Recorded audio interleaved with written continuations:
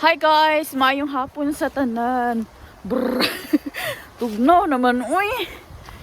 Yati ka tugnaw naman. Kulangan akong gisuot pero baga na kayo ni akong suot guys. Nagduha na ako ka-layer sa sulod. Tugnaw ang hangin. Pero sige lang. Kaya natin to. Dito ako sa forest ng friend ni Nico guys. Tugnaw. Dito tayo maghanap ng mushrooms. Hindi ko pa ito napuntahan before. Yan dyan. Talyer yan dyan ng friend ni Nico. Wala na siya dyan kasi umuwi na siya.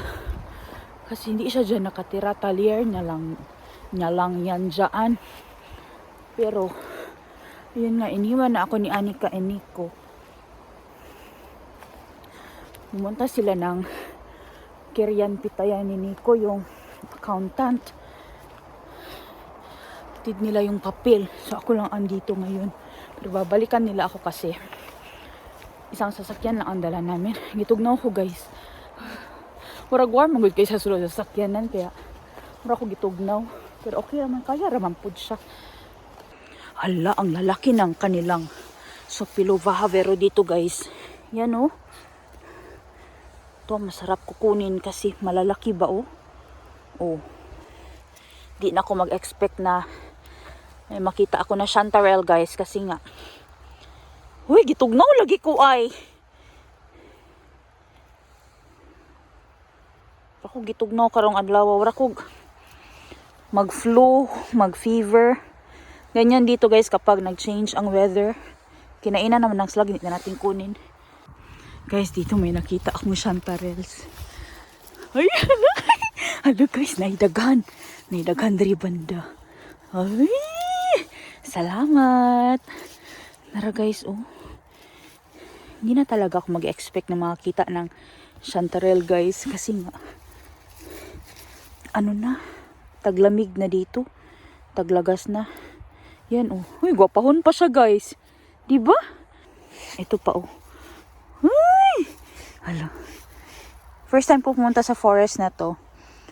Kasama sana ako kay Nico. Tapos sabi ko, punta na lang ako ng gubat.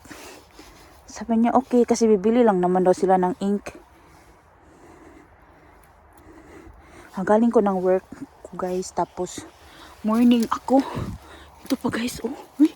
Hala, guys. Hala, tura. Hala, sana marami tayong makuha today, uy. Kahit hindi makapuno ng basket, okay na lang. Kasi, kunin ko yung aking kutsilyo. Kunin ko muna itong isa pala. Dito ay dalawa pala sila. Ay, tatlo pala sila, guys. Tatlo. Ito pa, oh. Natabunan ng moss. Yan. Kahit hindi ako makapuno ng basket guys, okay lang. Basta makapunta lang ako ng gubat. Sabi ni Nico na, okay, if it makes you happy. Larga dahil. Bibili lang sila ng ink kasi naubusan kami ng ink.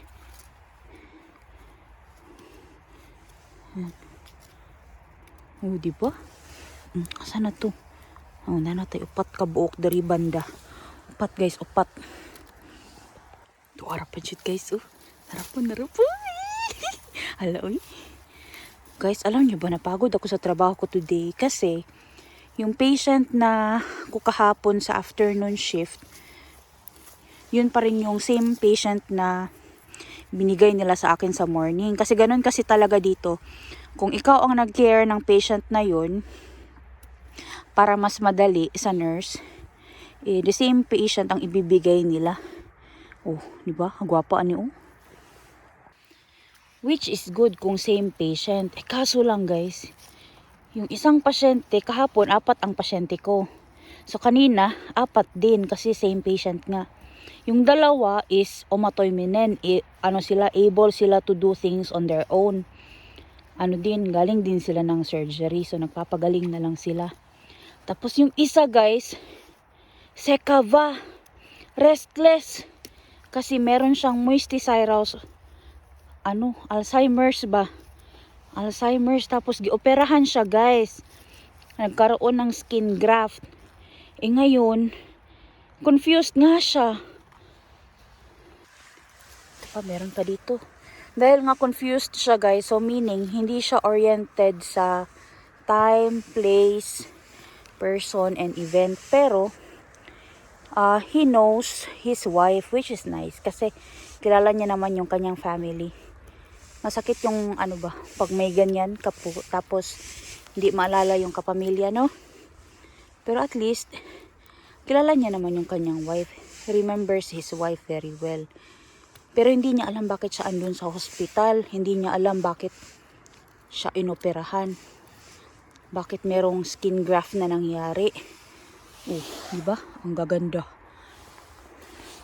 Ay guys, halo guys, dito oh. Ito meron pa. Ay guys, nadaot naman. Uy, sayang. Sayang guys. Nadaot na, hayaan na lang natin yan kay Mr. Slug. Ito, ara pa dito dapita guys. O, guwapa na Chanterelle. Yun nga guys, ano ba? Challenging i-care kasi hindi siya oriented. So, ang ginawa niya guys, alam nyo? Tinanggal niya yung bandages niya guys sa paan niya. So, yung wound is exposed sa air. Eh, yun pa naman is ino-open yun after 5 days or after 3 days. So, nakaplan yun na i-open ng Monday. Tapos, Sunday pa ngayon. So, bukas. Inopen niya na guys. Nag-una gid ang patient. Oh, wala na kaming nagawa. Inopen niya, so kinare ko kanina guys. So nagpinalitan namin lahat. Tapos meron pa akong ibang patient guys. Na busy gid ko dai. Na busy ako kaya hindi talaga malaman everyday. Chill lang yung trabaho pero hindi everyday the same. Ito pa dito guys oh. Medyo na old na siya pero okay pa. Okay pa. Ang ginagawa ko guys, kahit na busy ako, tinatawanan ko na lang. Sabi ng workmate ko, kakapagod daw yung ganun. Kapag ganun nga daw yung patient. Sabi ko, okay lang kasi wala naman akong choice. Diba? Pasyente ko naman yun. So it's my responsibility to make things in order. Naging okay naman yung shift ko guys, kaya happy na rin ako. Basta okay na yung aking patient, okay na rin ako. Ang importante is yung patient ko maging okay. Wala namang something terrible na nangyari, kaya okay naman siya. So I'm happy. Dito nakahanap ako ng sapilo. Pick natin to kasi malalaki sila guys. Ang ganda kapag malalaki. Pag yung mga maliliit guys, need na natin yan kunin. Meron talaga tayong ugali na Pinoy ganun sa guys, no? Sa mga Pilipino ba? Kahit na nahirapan na sa malisod. Oh, malipayon gihapon. No? Ang mga Finns kasi guys, hindi sila ganun. Hindi sila kagaya sa atin sa Pilipino na kapag may problema, hindi marunong tumawa. Tawang-tawa pa rin ako guys kasi kung ano-ano lang pinag-uusapan namin ng pasyente ko. Tutuwa naman ako kapag yung patient ko ganyan kasi alam nyo, ang dami akong natututunan. It doesn't mean na yung pasyente mo is, tawag nito, may moisty cirrhosis or yung may Alzheimer's, may may makakalimutin na siya. Wala ka na matutunan. I learned a lot from him guys kasi ang pinag-usapan namin is war. Kasi nung war daw, may kulungan daw dito. Dito sa area na to banda. Hindi ko alam yan. Siya pa nagsabi sa akin. Pero yung lahat ng yun guys, na-remember niya pa yun. Nasa memory niya yun. Nakakatuwa din kasi yung mga kwento niya. Tinanong niya pa ako, anong brigade daw ako? Yati! Anong brigade? Di ko nga alam ano yung brigade. Kinwento ko kay Nico, tawang-tawa si Nico. Kasi meron daw black and red. Sabi ko, baka doon ako sa black. Ay, sabi niya, anong company daw? Basta mga ganun, mga pinagtatanong niya guys. Sabi ko, hindi ko alam kasi di ko rin maalala. Sabi niya, meron ka rin problema. Ay, amaw-amaw na nurse. Sinasabayan ko lang din niya akong patient guys. Ito ang gaganda guys oh. Kita nyo? Oh. Pamay na lang, please. Tutuwa ako kapag yung mga patient ko ganyan. Yung mga ano ba, may mga moisturizers. Wag lang yung aggressive kasi meron ding mga aggressive sa kanila. Yung mga nanununtok ba, nananakit. Yun naman siya guys, is calm naman siya. Sa aking shift ha, pero kagabi daw, aggressive siya guys, manuntok daw siya guys.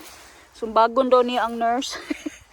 Hindi niya paduolon ang nurse ay ha, kaya kung muduol daw, kapag lalapit daw yung nurse, jumbagin niya daw.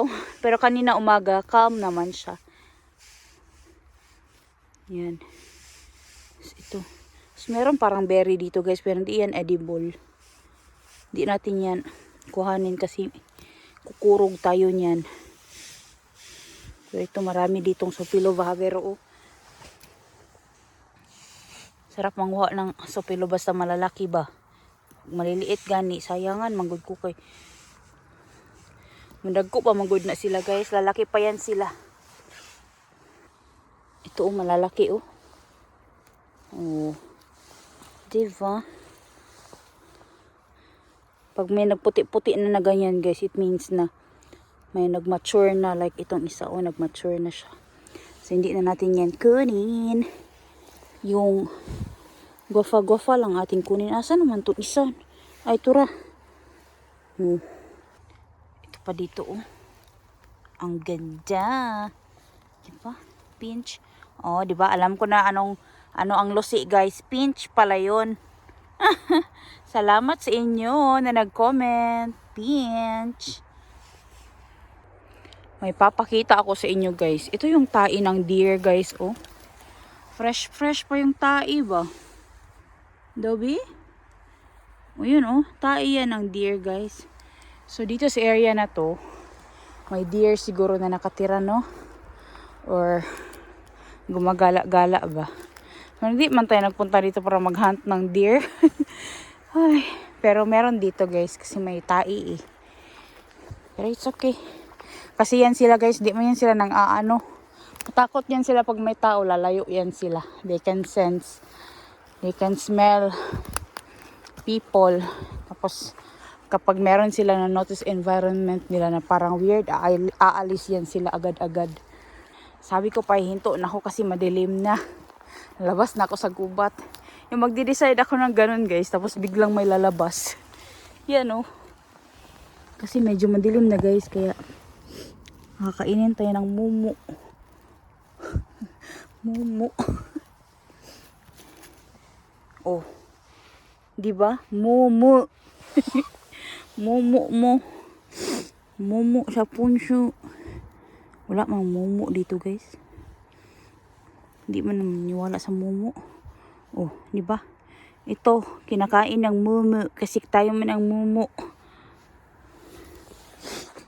Ito pa dito. Tabunan na sila anti og kuan mos. Guys, alam nyo ba, wala masyadong mushrooms dito na side. I noticed why. Kasi, ay lata na guys. Lata na sila anti guys, hindi na natin kukunin. Alam nyo bakit? Kasi kaka-harvest lang ng forest guys. So, aray, alam sa man to. Ay, daot na guys, lata na. Hindi natin i-fell it. Pero ito pa dito, meron pa. Yan o. Kaka-harvest lang ng forest guys. Nag-ano sila. Nag-harvest na sila dito na side. Kaya, walang masyadong mushrooms. Kasi mawala din talaga to sila guys kapag in-harvest yung forest. Hindi naman natin mapigilan yung pag-harvest ng forest kasi hindi man tayo may-ari ng forest. Nakiki-foraging lang tayo dito sa kanila. So, ito tatabunan natin. Yan. Okay na yan siya ganyan. Ito, diba? Oh. Meron pa rin tayong kuha. Uy, gabiin na ba guys? Mag-undang na taani, uy. Ito pa guys, meron pa dito. Aray. Dito siya tumubo sa gitna ng mga bato. Oh. Diba? Magwapa ano, oh. Gwapahon, oh. Ito na to, diabe. Baka parating na yun sila Nico ba and Anika. Malapit lang naman ako sa road. Ito pa dito guys, meron pa oh. O kahit gabi na, nanguha lang gyapon ng mushroom.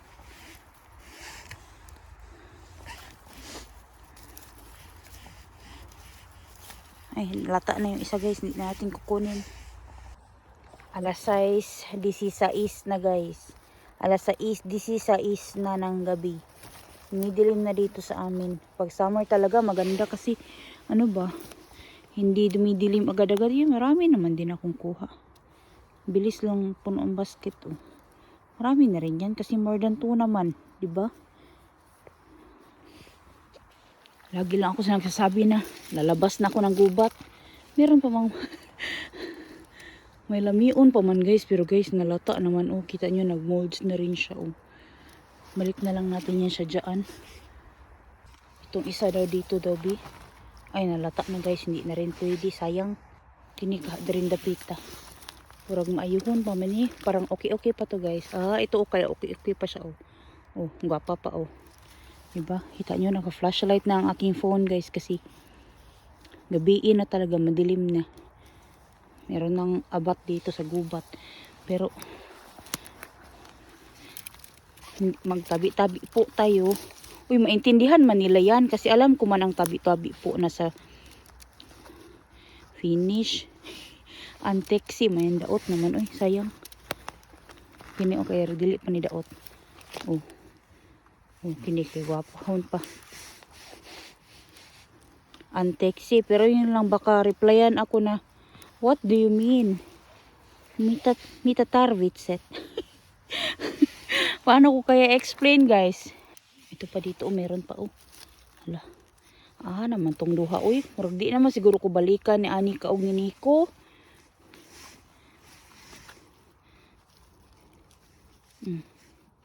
Diba? Okay pa ni oh. Kuwapa pa siya guys oh, diba? Tanggalin ko lang yan dyan sa gilid doon na sa bahay. Ito dito banda. Ay, ito guys, okay, gahion pa ni ba? Ah, gahion pa gid si auntie. Gahion pa guys. Kunin natin to kasi sayang.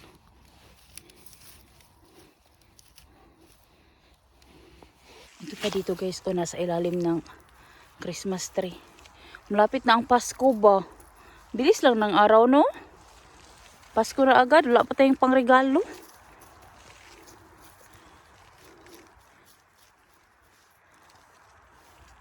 Tanggalin ko lang itong dulo. Yan. Ito. Tanggalin ko lang itong dito na side niya guys kasi nalata na guys. Pero yung other side niya okay pa. Yan oh. Lata-lata na oh.